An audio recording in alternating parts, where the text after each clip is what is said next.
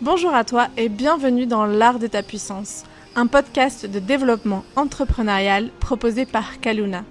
Kaluna, c'est la communauté d'empuissancement pour entrepreneurs de cœur que je développe.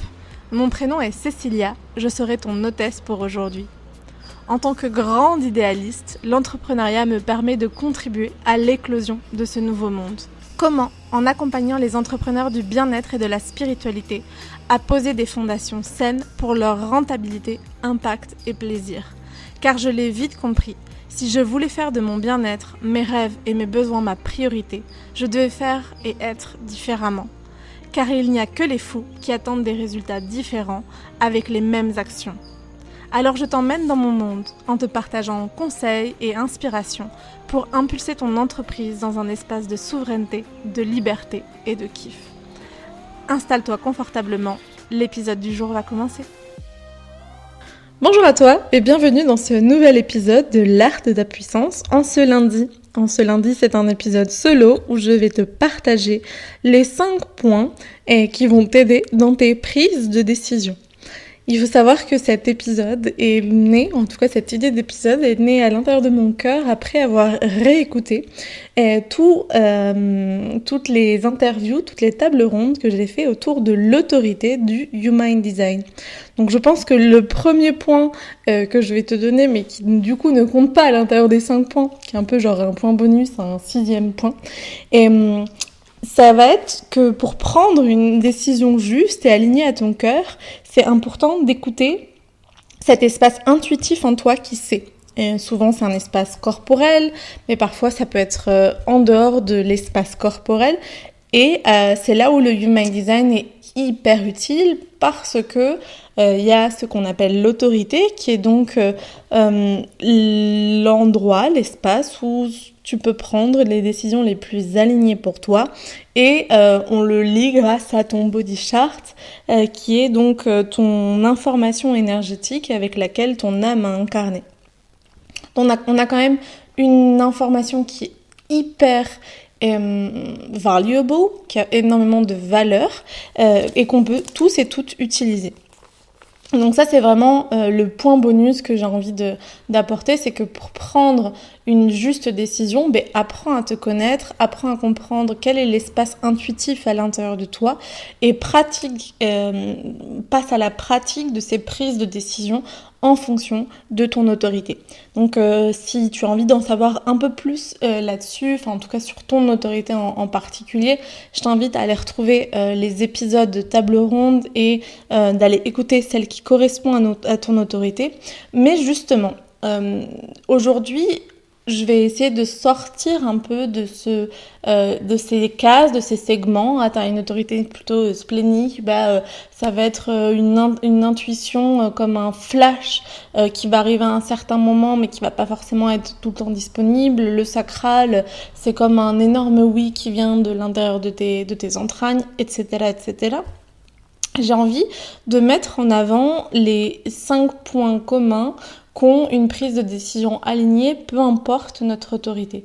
C'est-à-dire que les 5 conseils qui sont valables pour toutes les autorités, qui sont valables pour tous les êtres humains finalement, peu importe qui l'on soit et qu'est-ce qu'on a décidé d'incarner énergétiquement. Et du coup, je te disais que cet épisode, j'avais eu l'inspiration de le faire en réécoutant les tables rondes. Et c'est qu'en réécoutant les tables rondes, je me suis rendu compte que dans beaucoup de cas, il y avait plusieurs sujets qui revenaient quasiment à tous les épisodes ou un épisode sur 2. Et je trouvais ça très très intéressant de se rendre compte que finalement dans la prise de décision, on est tous logés à la même enseigne et on peut utiliser tous les mêmes chemins et parcours pour prendre des décisions, peu importe énergétiquement ce que l'on est venu transmettre, vivre et incarner. Et finalement, comment prendre des décisions en tant qu'entrepreneur, c'est hyper important. C'est hyper important dans nos, par exemple, prises de décision vis-à-vis d'un achat qu'on veut faire, vis-à-vis d'une offre qu'on veut sortir. On est vraiment amené, en règle générale, à prendre plusieurs décisions, parfois importantes, chaque jour. Et du coup, comme la prise de décision, c'est quelque chose qui est hyper important dans incarner pleinement cet entrepreneur, cette chef d'entreprise visionnaire que l'on est, et que si tu m'écoutes, je sais que tu es, parce que tu as envie d'incarner tout l'art de ta puissance, de ton empuissancement. Et finalement, on a vraiment besoin de comprendre comment prendre des décisions qui viennent du cœur, et non des décisions qui sont drivées par notre mental, par notre ego, par nos projections, par nos peurs, par nos doutes, et vraiment de revenir à une sagesse universelle. Donc, j'ai noté 5 conseils que j'avais envie de te donner pour te permettre de transcender ces prises de décision et de toujours les prendre depuis le cœur. La première question que j'aurais envie de te laisser, c'est: suis-je totalement informée pour prendre ma décision ? Parce que parfois, dans cette société du trop-plein, on a aussi une réalité du vide. Du vide juridique, en fait. On ne te donne pas forcément toutes les informations, tu n'as pas forcément toutes les cartes en main, et que du coup, c'est ça qui ne te permet pas de prendre une décision. Être informé, c'est hyper important, et parfois, ça demande juste à poser des questions. Ça me fait beaucoup penser à l'accord Toltec qui dit ne jamais rien supposer. Je pense que ça vient beaucoup de là. Parce que parfois on va prendre des décisions qui sont pas justes parce qu'on n'a pas été informé totalement. Alors que si je ne supposais pas des informations que je n'ai pas, et que je me faisais le travail de me dire ok, je sais pas vraiment ça ou ça, je peux faire des suppositions, mais peut-être le mieux c'est que je demande. Et bien en demandant, je me rendrai compte que du coup la décision est d'autant plus facile à prendre, et le choix est d'autant plus évident. Genre ah mais oui, c'est ça exactement. Le deuxième point, je pense qu'on a beaucoup parlé aussi à l'intérieur des podcasts sur l'autorité, sur les autorités, à l'intérieur de ces tables rondes, c'est vraiment l'importance de respecter son propre timing.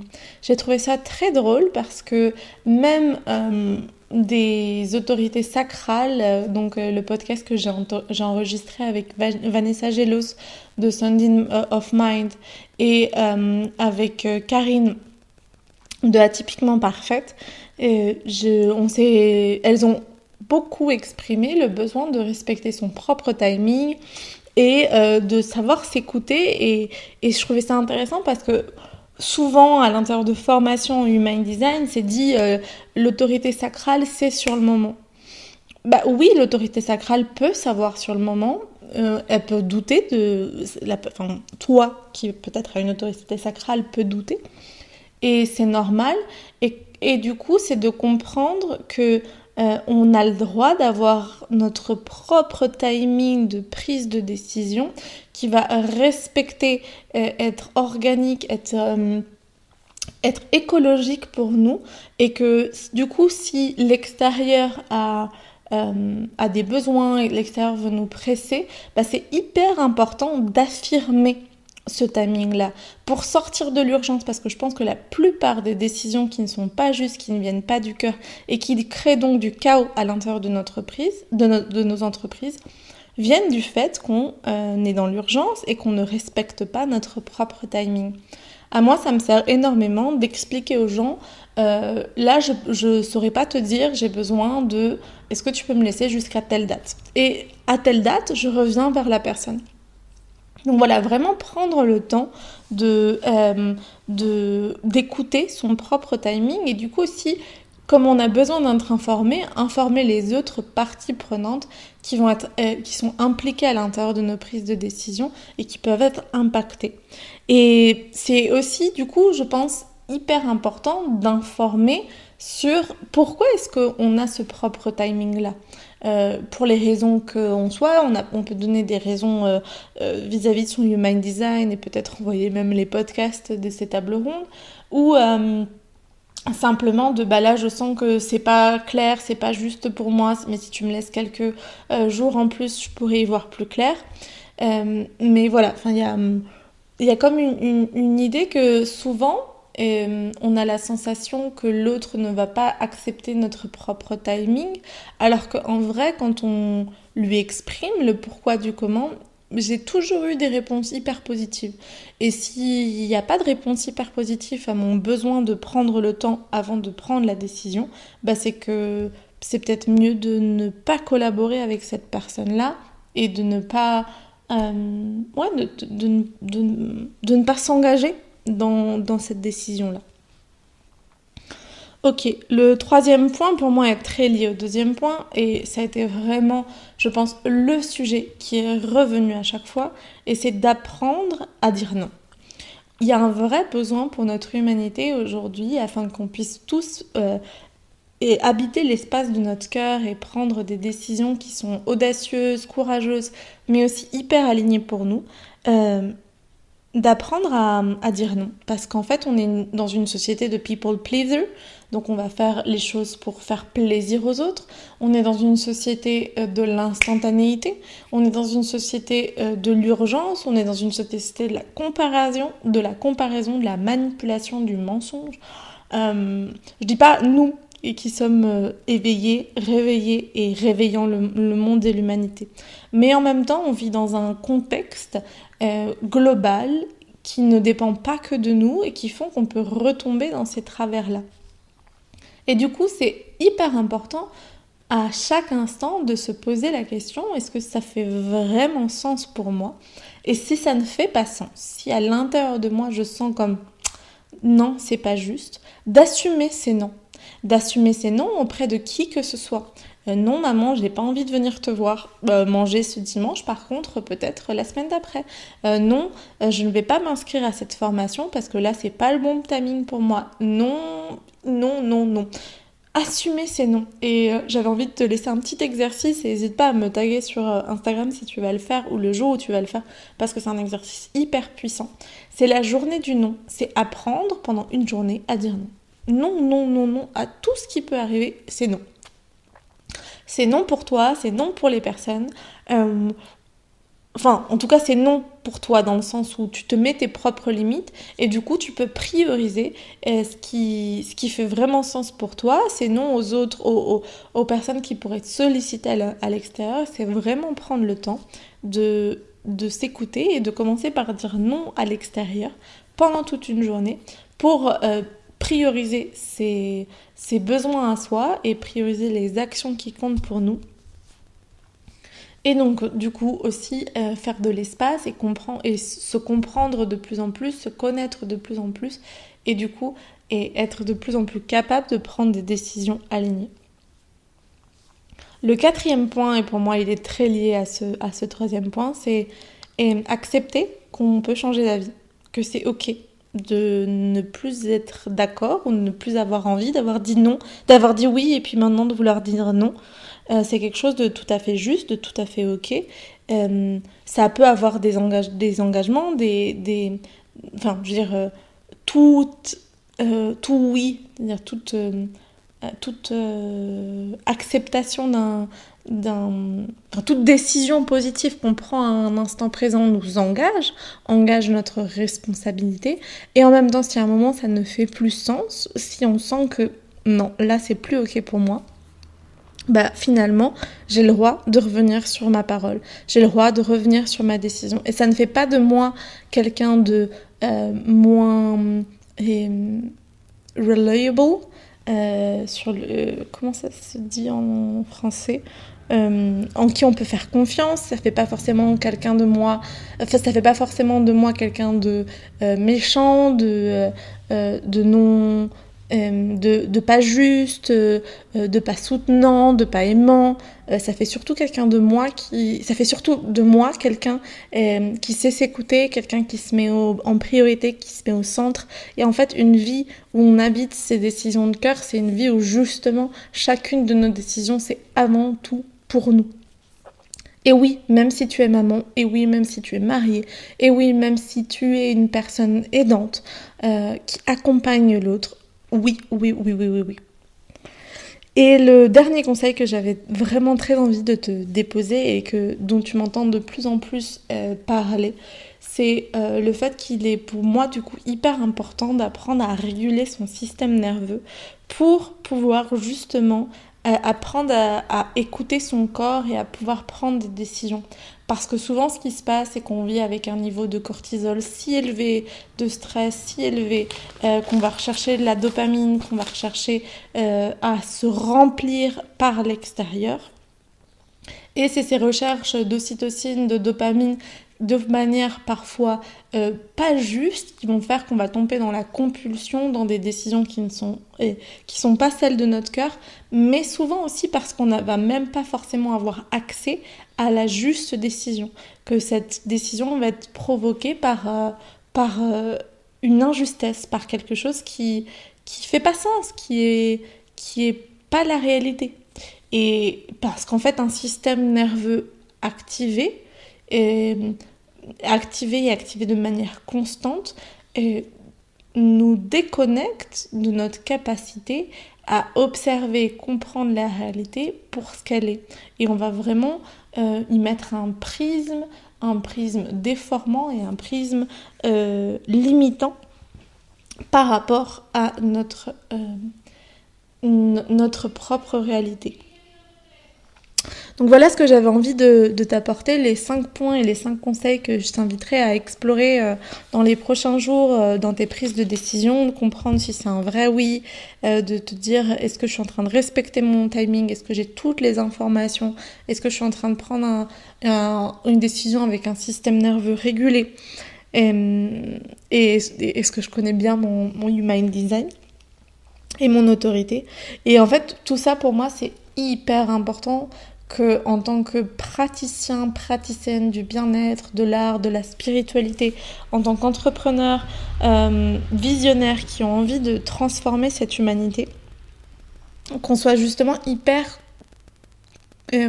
concret et au courant et juste dans nos manières de prendre des décisions et dans nos manières d'amener nos clients à prendre des décisions. Parce qu'aujourd'hui, dans le processus de vente, c'est important de comprendre qu'on est autant consommateur quand nous on achète que aujourd'hui créateur d'espaces de vente par justement nos entreprises. Et c'est parce qu'on va être dans la justesse de nos prises de décision qu'on va aussi avoir envie d'offrir un espace sécure à nos clients pour prendre des décisions. Et pour moi, c'est l'une des pièces fondamentales qui va permettre de transformer, de créer un shift au niveau de cette humanité, c'est que dans nos techniques de vente, dans nos techniques, dans nos stratégies marketing, on ne fasse plus appel ni à la manipulation, mais ni non plus à la dévalorisation. Et c'est quand on sait prendre des justes décisions pour nous, on sait aussi offrir un cadre juste et sécure pour les personnes qu'on va accompagner avec nos offres et pour leur permettre de prendre la plus juste décision. Et c'est vraiment pour ça que je crée l'art de ta puissance, que je crée tous ces épisodes de podcast, que je crée cet épisode de podcast aujourd'hui. Je t'invite à mettre 5 étoiles si cet épisode t'a plu avec un petit commentaire. C'est ce qui aide l'art de ta puissance à être de mieux en mieux référencé. Je vous remercie encore une fois d'être de plus en plus nombreuses à écouter ces épisodes, à les partager autour de vous, à venir m'en faire un retour. C'est hyper nourrissant pour moi. Et je t'invite à continuer à le faire, peut-être à partager en story et quelle est la prise de conscience que cet épisode t'a proposé et le partager à d'autres entrepreneurs qui sont dans leur chemin de révélation de soi, d'empuissancement par la création de leur entreprise pour les accompagner dans leur prise de décision. Je t'invite à simplement m'envoyer plein d'amour, que ce soit énergétiquement parlant depuis le cœur, parce que je vous reçois, mais aussi à venir discuter avec moi en privé sur ces épisodes parce que c'est important, c'est ça aussi qui nourrit mon envie de continuer et nourrir votre envie. Votre vie, c'est ma vie. Bon bref, là j'avais envie de continuer dans une digression qui je suis pas sûre soit la plus juste. En tout cas, heureuse de cet épisode de ce lundi. J'avais très très envie de l'enregistrer et j'ai hâte d'avoir vos retours. Je te souhaite une merveilleuse journée. Nous on se retrouve sur Instagram à @kalunavaisceci Et puis à jeudi pour une nouvelle interview. Jeudi, on va parler de marque personnelle, on va parler de comment développer son branding, de comment développer une image de marque avec Eugénie de Pop-Up Image.